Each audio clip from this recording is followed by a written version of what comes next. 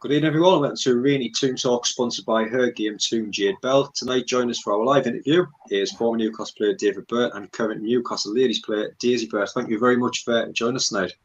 No problem. Thank you very much. Excellent. Lots of questions that have had to be asked. People have been, please ask this, please that. So we'll try and get as many as we can as we go through. We'll just start with yourself, David. Obviously, the Burt name and the Newcastle seems to go hand in hand now with Newcastle United. But starting with your memories of Newcastle, I know you did a written interview for our Facebook group a few months ago, back in March, and amazing memories. I mean, how did it all come around for yourself joining Newcastle United? For me, it was obviously I was always a Newcastle fan, and to be honest, at the ages of 12, 13, I went to Newcastle School of Excellence a few times, and didn't really enjoy it. It was sort of it was at the sort of old Benwell place, which they used to have. It's a cold, freezing, sort of five-a-side court, terrible. Didn't like it. And I sort of dreads, it was a Thursday night when I go to Benwell. I was like, oh no. But then I actually ended up at Man United School of Excellence, which was, it helped me spring, and loved it there. And the coach was Pop Robson. Spent a lot of time in Man United. Played a few times against the Man United team down there, but few things happened, which I won't go into. And anyway, I ended up signing for West Brom as a schoolboy at the age of 14. I was there at about 15 years old, and me and my brother were both playing at the time. And Newcastle came in for my brother, and my dad sort of said, well, if you're in for him, you've got to take the other one, the older one. Nice. So I basically got offered a white yes, 2-year white yes, which at the time was probably in and around 1994, which is when we signed Andy Cole. So it was strange. It was like leaving school, and then after the summer holidays, it was straight into the Newcastle United full training. And obviously the team they had at the time was sort of your Andy Coles, Peter Beardsley, Lee Clark. And it was actually the first year I went in there, you got told whose sort of boots you'd be cleaning, and I was Andy Cole, and I was Andy Cole and Lee Clark, and I was like, whoa. So all of a sudden I'm getting handed Andy Cole's boots, Lee Clark's boots, and yeah, it was a 2-year white yes, which was £29.50 or something. It was terrible, but I got a bus from Blythe to Newcastle to St James's Park. Sort of go in the foyer there and wait for the little minibus to pick us up, and we went down to Durham, and it was all sort of open plan. And you sort of just trained with students in there at the time. Newcastle first team were in there, and you all sort of trained sort of in that area. But yeah, as you know, it sort of took off, and then it was strange because it was the team was that good, but it was a case anybody could just come down and watch it. You know what I mean? It was sort of about 2,000 and 3,000 watching the first team. And then you get players or sort of parents asking for your autograph, but they didn't have a clue who you were just because you had the Newcastle United badge on there. But yeah, that's how it all sort of started about. So a long time ago, but yeah, it was sort of that era where sort of Keegan was just sort of getting into his stride. No, amazing. Like you say, come through the academy and reserves, and do you think that you had the chance to kind of push on with the first team? Well, yeah, so I had my white yes. First year, I struggled because in that year you sort of play in the juniors, which is like under 18s, and you still have your second year white yeses and your first year professionals in that team. So as a sort of a first year white yes, it was a very difficult time to get into that team. Never mind the reserves. But the second year I done really well. Sorry, we went off there. And the second year I done really well. I was playing a lot for the juniors, just breaking into the reserve team, and I broke my ankle, and obviously it was a bit of a down, and I was out for like 2 or 3 months. But again, when I came back, I done really well, and right at the end of sort of my white yes, I got called in by Kevin Keegan at the time, and he says you've got something about you, but we're only going to offer you 6 months professional. It's like 6 months. There's not a lot of time, but so I was there for 6 months, and right at the end of that time, I was about to go to Blythe Spartans, and I came in. I played for Blythe Spartans, and I came in, and Jeff Clark at the time was like, the gaffer's left. I was like, what? He says, yeah, Kevin Keegan's left. I was like, what? And I had about 2 or 3 weeks left to go. And I was like, right, where does this leave me? The day after, we found out Kenny Dalglish came in, and he wanted to see all the sort of reserve sort of junior players in a behind closed doors game. It was at Benton. And I had the best game ever, like probably the best game. We played Tromso I think it was the Tromsø first, the reserve team, which was from Norway. We won 4-2. I played really well. Within about a day or two, I got taken to St James's Park with Terry McDermott and Kenny Dalglish and ended up signing 2.5-year pro. And I was like, so I went from about to be released by Spartans to 2.5 years professional and a massive wage increase, professional wage. And under Dalglish, he sort of, I don't know, he sort of seen me as a sort of Keith Gillespie, sort of, I was like his understudy sort of thing, without getting into the first team, but I was always training with the first team, in and around the first team. Although not always playing the reserves, he was always kept an eye on me for that. Again, great times. I think we moved to Chesley Street, and we trained at Chesley Street, and it went up a notch in terms of sort of professionalism, because we're at Durham. It was sort of a case of where sort of, I don't know, students in and around us all the time. At Chesley Street was a bit of a higher sort of grade up. I had sort of chefs on site, and I was in and around the first team all the time. And strange enough, when I was getting so close, Dalglish then left and had Ruud Gullit who came in. And I was sort of having to start from scratch, and I had 6 months left at the time. Again, it was my best period, playing really well. Met Gullit, you're saying he used to play right midfield for AC Milan, and I seen the similarities in your this and that. I was like, oh, I'm doing really well here. And within about 2 months, I got called in again, and it was like, right, unfortunately, I'll give you another contract. I did get in the first team squad once. That was when Dalglish was there. It was for a Champions League game, so sort of a 17-man squad. So that was the closest I ever came. Games on TV, they're playing Monaco. Into the changing rooms, naming the team, sub number 13, 14, 15, 16. And then I wasn't in there, so I was obviously a little bit upset. But just to sit on the bench and just to be a part of the squad was unbelievable. Met John Motson before the game, shook my hand, saying, I know everything about you, and you read your right midfielder, you're fast, you're blah, blah, blah. But yeah, that was the closest I came. And I think the week after, we were playing Sunderland. I was in the squad then, but again, I got told I was 17th man the day before, so I ended up playing for the juniors that day, junior/reserves. So yeah, it's as close as I got. But even just being, as I say, being in and around and training with the likes of Biaggi and Ginola and stuff, it was unbelievable. Oh, class! I probably have checked your autograph book. I've probably actually got rings. I was down many times across the street in down Durham, definitely.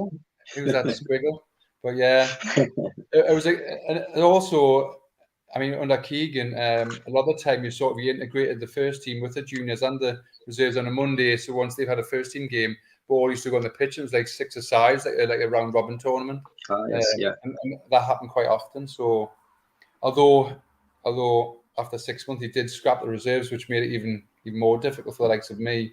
But yeah, Keegan was fantastic for the first team, but when it came to sort of the reserves and the juniors, it was a little bit like, I don't know, the first team was so hard to get into. I think all his focus was on that, so which made it even more difficult to get into sort of the first team at all. Oh, would do. And just from your time, obviously at the club, who would you say was the best player that you played with, and your best memory at that time? Train with, honestly, I would say Peter Biaggi, but you have close seconds with sort of Ferdinand, Shearer, Asprilla was unbelievable, Ginola. So I would say Peter Biaggi, though, is probably the best I've ever trained with in regards to sort of right foot, left foot, literally could do anything, hard worker, and just down to earth. So you just no airs and graces. It was just a case of just got on with it. I mean, there's a few times where he sort of had a go at you because his standards were up there, and if you've done something that weren't up to his standards, you have a go at you. But it was all coming from a good place. But yeah, I would say he's the best person I sort of trained with in regards to playing with and sort of games. I remember a game we played, I think it was York away, and both me and John Barnes scored in the same game. We won 2-1, and like after the game again, you're on the bus thinking, God, I've just scored. John Barnes has scored. He's played for England, he's played for Liverpool, and I'm just going home and I'm going back to Blythe on a 3-way bus after I get out. It was like, it didn't make sense. And also played Lincoln. I remember playing Lincoln and we beat them. I think it might have been 4-2, and then we got a penalty. And I was like, right, I'm taking this. And then Philip Albert was playing centre half. he came up and said, "I'm taking this." I was like, "Nah, you're not." And he went, "You better," and scored. And I scored.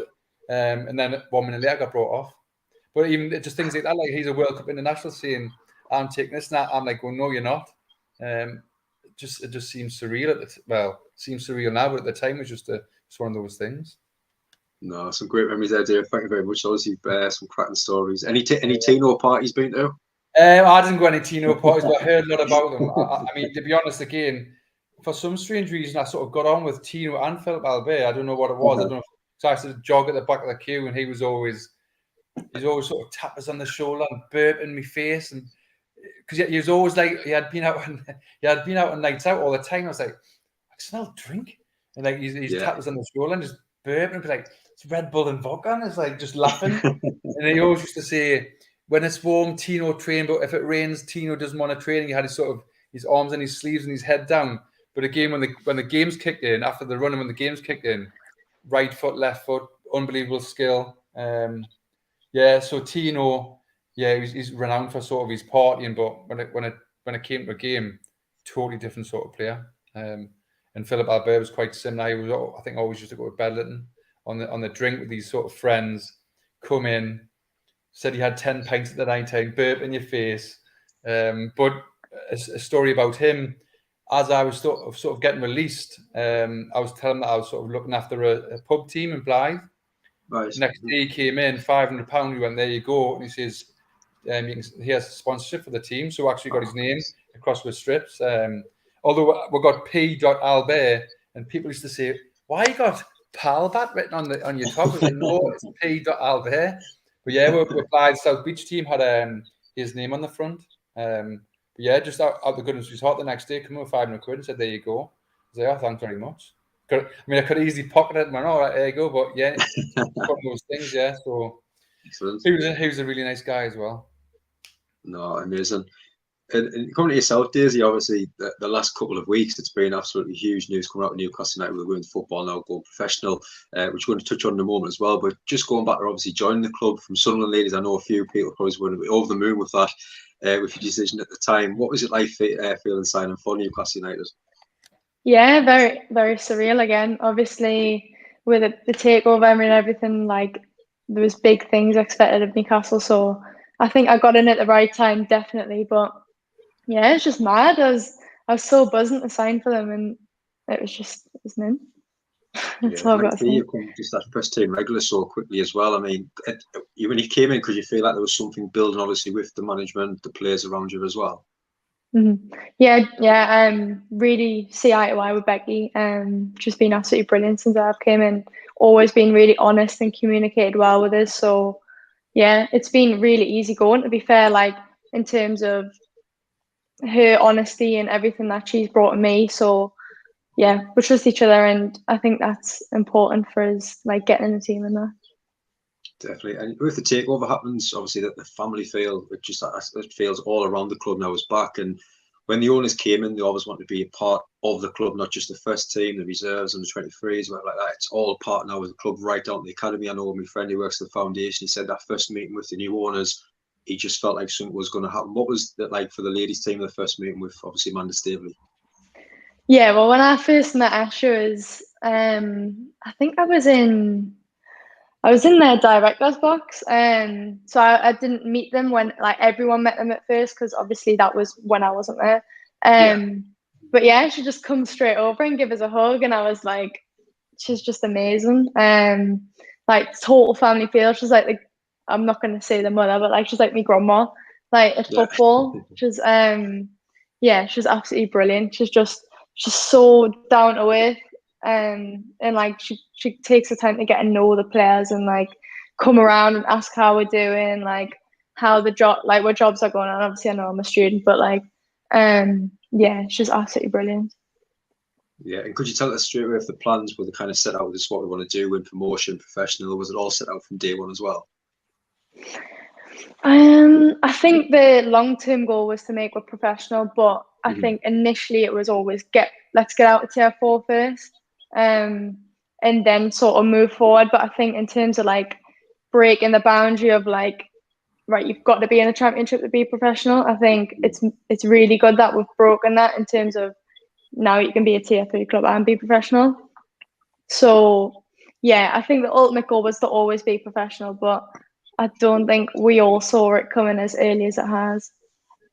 Oh, but Liam's just asking in the comments, what was said to yourself to kind of get you along to come and play for Newcastle, like leaving Sunderland? I think initially my interest was more than what other people were saying. Like obviously I've always supported Newcastle United since I was little. And I knew it was time to move on from Sunderland. So yeah, Newcastle seemed like the best option. And obviously, there's Durham and Middlesbrough and stuff. But personally, I knew Newcastle was going places, and I really wanted to be a part of that. So yeah, Newcastle was it was deep in me, and obviously my family and stuff were all really supportive of going to Newcastle. So I mean, the first season as well, just missing out on the promotion, but you could kind of see already that things were going well, and obviously players looking to come into this season, that obviously the promotion now as well. But just missing out the season before, was it after that final game, kind of everyone getting in and saying, right, next season we must get promoted? Was that the kind of plan from day one?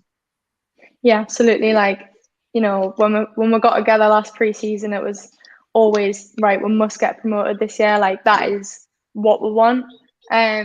So yeah, from day one, it was like, yeah, we need to get promoted this season. And there was quite a lot of pressure that came along with that, but we got the job done. So it's all good.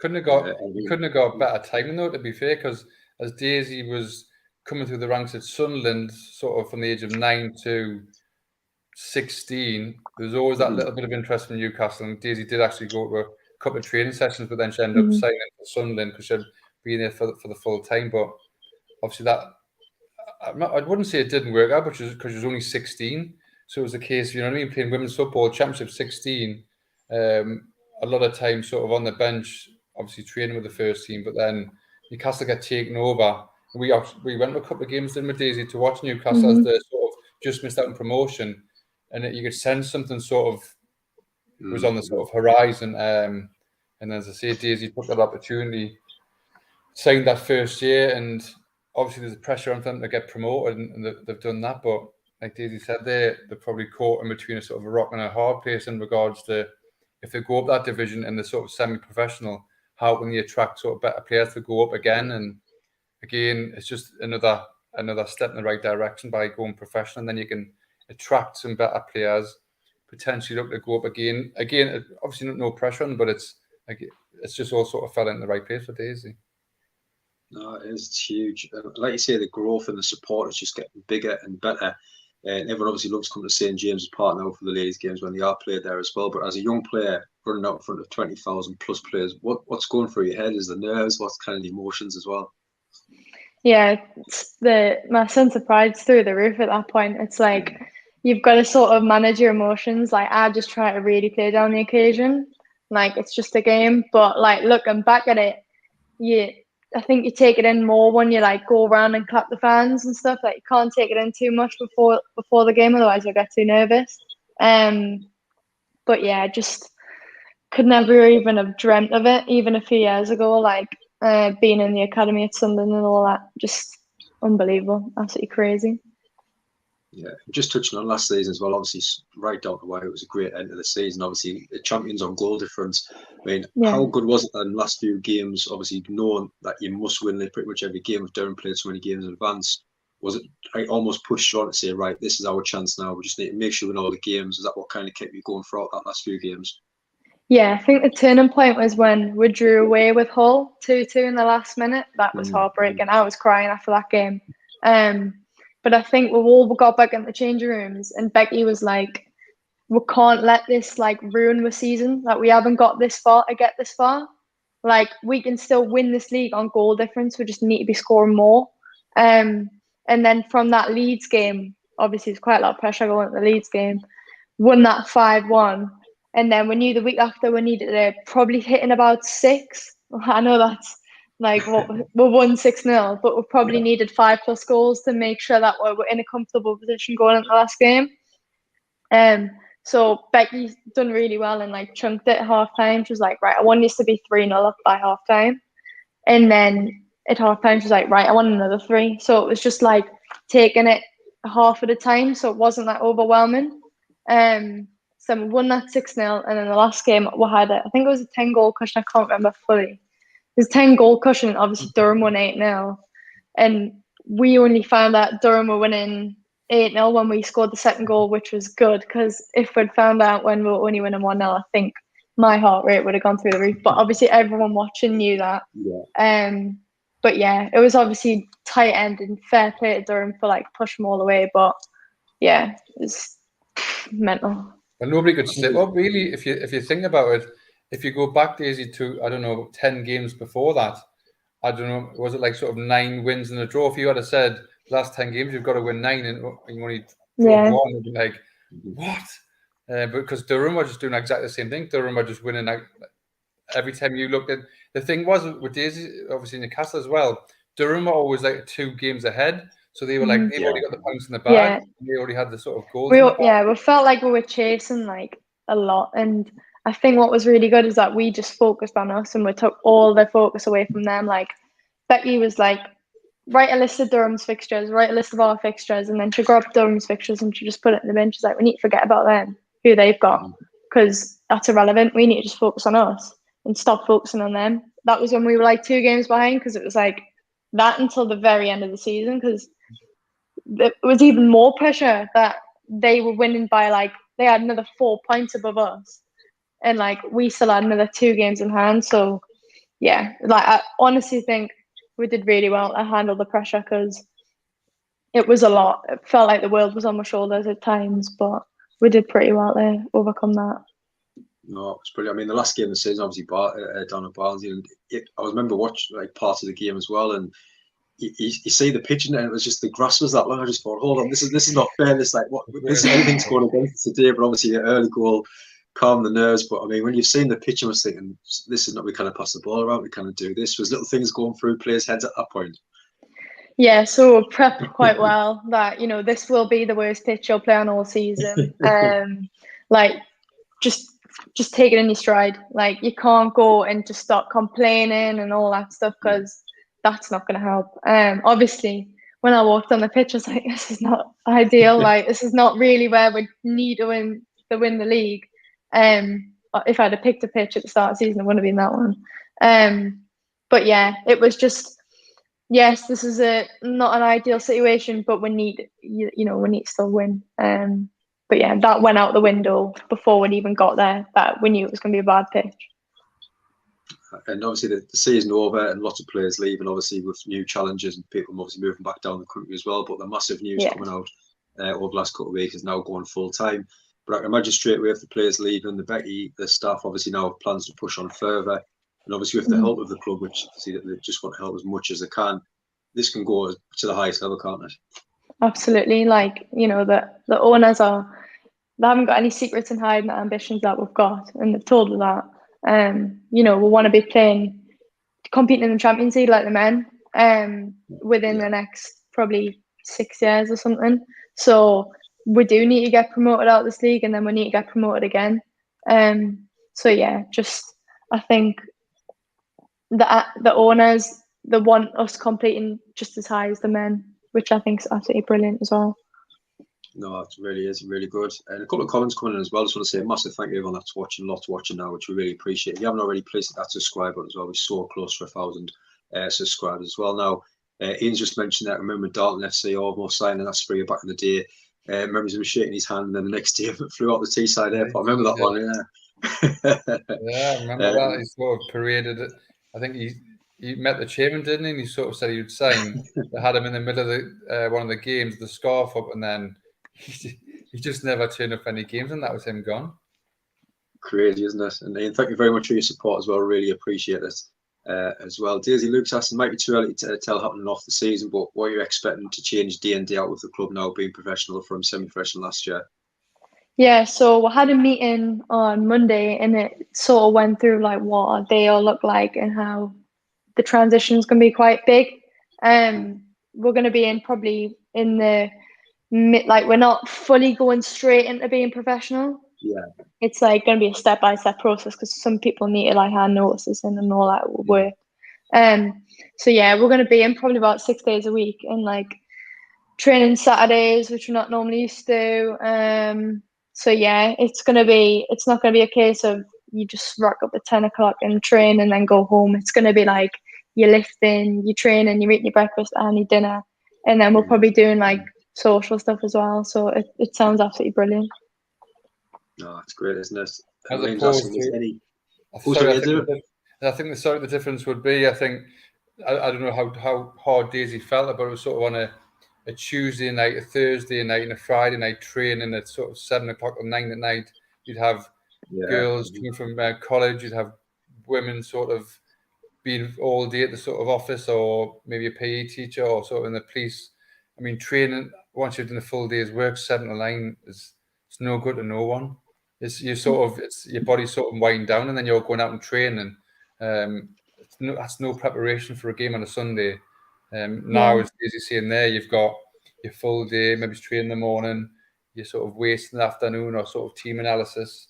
It's all, obviously it's professionalism, isn't it, in the day? But yeah, I always feel as though it must be so difficult for the girls, just having to, I don't know, even just focus on the game, because a lot of your focus will have to be at work or sort of at college, and then you're sort of, right, I'm back in, tired, tea, and then sort of out, and then come back in, and then again you're just like probably sitting around waiting to train. But yeah, I think that's even just training every day, you sort of see the increase in the sort of girls' performance, and with the new additions, I sort of take it. I mean, it might, you might see the first few games that, I don't know, that they sort of might be tired, fatigued, or whatever, or they might not. They might sort of hit the ground running in a case of sort of fitness as being better than some of the other teams they're playing against. But it's exciting times regardless.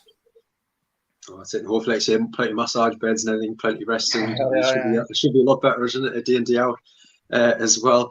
Liam just mentioned, was any fear of dropping down the league with Daisy having obviously England calling at that point? Yeah, there was a bit of fear with that. But ultimately, Newcastle I found it more important that I was playing regularly in my club football than being in the international setup. I'd rather be secure in that than have England once every couple of months. Do you know what I mean? So it's not as good as it is to have, like, in your CV, on your Instagram, whatever. I think playing club football regularly in first team was more important for me. Definitely. And then was asking that now that women football are getting a lot more support than the involvement as well, such as advertising, kits, etc. for yourself. And we've just been talking about that before the show as well. What was it like seeing yourself in the shop window for the first time? Yeah, so that was yesterday. I seen it and we drove past with my mum in the car. Just mad. Like, just even seeing myself like just next to Bruno and Trippier, it's just not. I would never have expected that. I'm literally from North Shields, like just a little girl from North Shields. So yeah, just mental. Absolutely amazing. It's funny seeing videos.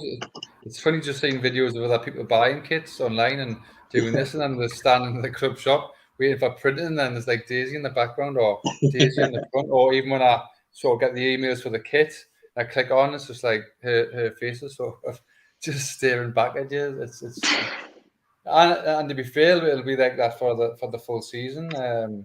Still seems surreal now when I see it all the time, because last year I remember seeing was it sort of Katie Barker, and I think it was somebody else. Liv.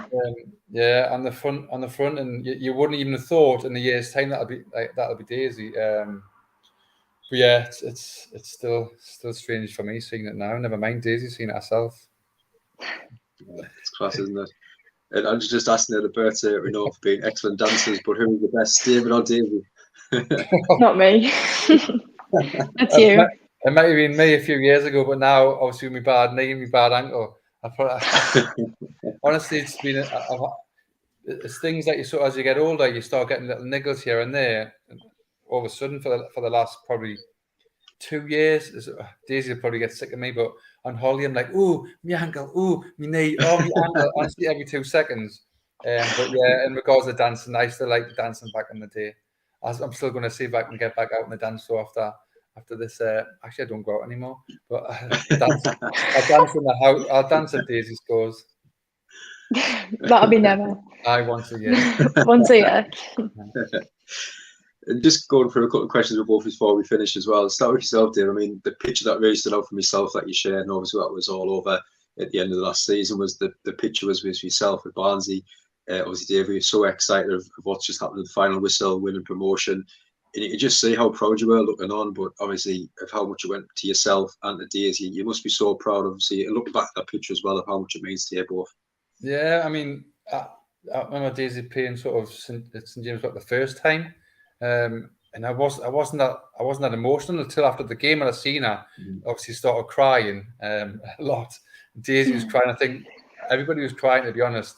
But then the second game, everything was okay, and all of a sudden the music came on, and I was just absolutely in tears when I walked. And I was like, I've already seen that sort of play.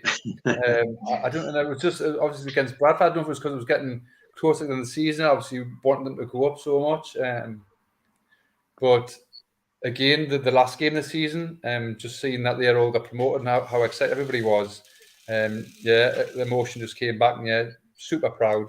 I probably start crying now if I thought about it. So yeah, I'll keep my emotions in check. Yes, Diego. Diego's been upstairs watching, haven't you? Yeah. Are you going to bed yet? I don't know. I'm doing when you finish the call. Oh, right, okay. Big shout out for him as well. Yeah. And Daisy yourself, obviously, still at a young age, but as you say, because it's grown so much as well, just becoming such a role model for girls. I know one, like we chatted before the show, my daughter Sophia, only 3-year-old, absolutely football, want to be in the garden, training every day. Just bench size, like you say, we came through, we got the shirts last week, and I was saying, one of these people that's on the side of the shop's going to be coming on my show next week, and she was playing, is it Daisy? And she was so excited, just thought that you were coming on the Daddy show as well. But what's it like now? So obviously seeing people at pitch side, obviously getting autographs and wanting pictures, and just seeing young girls falling in love with football as well. Yeah, it's all I ever wanted when I was little. I don't think I ever really went to a women's game. I know we went to a couple, watched a few Sunderland ladies games, but it was probably 10 people and a dog there. Like there was no there was fan engagement, but like you didn't know the players, you just were just there. But now, you see little girls and they've got the favourite players in the back of the shirts, and then they get their autographs and the mascots, and that's everything I would have wanted when I was little growing up. So yeah, that ultimately now we're leaving them in a better place to, want to be footballers, and now they can see that they can be. And that was the most important thing for me. Like, regardless how I play or whatever, inspiring them is far more important. Especially that Bradford game. I mean, I know personally, myself, my son normally sit with level 7. A couple of times she's been already using the Burn season ticket already. I'm obviously sitting up so high, with sort of like little dots, but against Bradford, obviously 4 or 5 seats a row from the front, and she just walked out and she just stood in like amazement at the pitch side, saying like, "Wow!" And just seeing girls saying that. And I know it was about 10 minutes before the end, she's like, "Can we play football? We get home, Dad. Can we do this? Can we do that?" She's just so excited.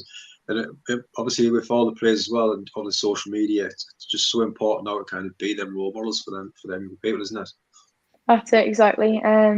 Having them role models as a little girl, like I think I had a couple like Lucy Bronze, Steph Horton, but like nobody local that I knew really. So now they can see that they can actually grow up like and play for their team and be professional. It's absolutely mad. So yeah, just leaving that legacy and everything that behind for the next generation is the most important thing. Oh, brilliant. And Luke's just asking as well, is there any fixtures that you're really looking forward to next season as well? I'm looking forward to playing Wolves. I know I missed out on that game through injury last year. Looking forward to playing them. Hopefully we can get them back for what they did to us in the FA Cup. But other than that, I'm just looking forward to getting the season started more than anything. I'm not really bothered who I play. I just want to play a game of football. Oh, best.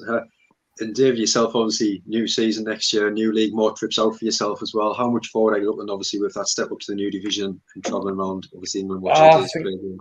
It's going to be great. As I say, Daisy said there, I think that Wolves beat them 5-1, so that's their sort of yardstick to go for. I mean, that's quite a gap to sort of bridge, you know what I mean? Bridge that gap. You would like to think that, again, as we just mentioned there, I'm not sure. I don't think Wolves are full-time. I could be wrong. Although they're not. I don't think they are. There's no teams in that division full-time. So, but, I mean, even look at sort of teams like that, the standard of their players is very good. So, yeah, it'd be nice to see them competing. And I think, other than Durham always giving them a good game. They had some good games at Barnsley. But some of the ones that were lower down, it was a case of Newcastle would have like 20, 30 chances, and the other team would have 1 or 2. And if they had, I seen they couldn't finish, but if they had been able to finish a little bit better, and some of the goalkeepers are making some great saves, actually, to be fair. Yeah. It could have been sort of cricket scores, but I think the standard of football will sort of go that little bit higher, and you'll see sort of both teams having to come out and play against each other and sort of make it more sort of entertaining game. So it'd be nice to see just sort of where they fit in and if they can sort of improve on the season. But yeah, and there's some bigger teams in there. You sort of got Nottingham Forest. I think you've got West Brom. I think you sort of start getting more established teams. So yeah, it'll be nice to see that sort of level increase. And then obviously with the aim of trying to get in the Championship. Definitely. As well. Evening, Niall. Thank you very much for watching this. And like you say as well, dear, I mean, how are you going to fit it all in? Obviously, Champions League, FA Cup League season. It's going to be what a diary it's going to be, isn't it? The good thing is as well, though, there's probably obviously my son plays, Daisy plays, still a little bit involved in a sort of an over 40s team. Newcastle's playing. You're probably looking at every single night. Every single night there's something going on. And obviously, Daisy now full-time professional. Again, they'll probably be in the FA Cup, highest stand of the league. I'm not sure if they have what sort of cup they'll be in. It's a league cup. The league cup as well. So it's never ending. But to be honest, I wouldn't. And I sell football tournaments for a living. So there's no getting away from football at all. As I say, Wednesday night is going to be. Oh, my thing is going to. I'll have to plug me. I'll have to plug me thingy in as well. 2 seconds. We're in the middle of the thingy. But I wouldn't have it any other way. At the moment, there's nothing on as that. So I know the Women's World Cup's coming on soon, but other than that, it's a case of, as we mentioned before, this just transfer stories, which are good. But obviously, I can't wait until the sort of season starts. The friendlies are starting to kick in. I think Daisy mentioned. Yeah, we start pre-season on Sunday, so we'll get a couple of friendlies in a few weeks' time. Like, that'll be good. Yeah, I think we've got some decent friendlies, haven't you, lined up? Yeah, we've got some good ones. Oh, that's very good. And Daisy, with yourself, so always the future's looking so bright. The under-18 England call-up as well, promotion. What's your aims now for the new season and going forward? Yeah, just obviously maintain in the first team. I'd like to try and get as many minutes as I can. I would like to say I'd get as many minutes as I did this season, but that'll be quite hard to beat. I've played every game practically. And then with England, they've got the under-19 Euros coming up, so I'd love to be in that squad.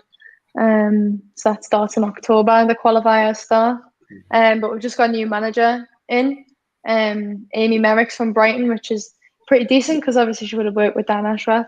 So that's good.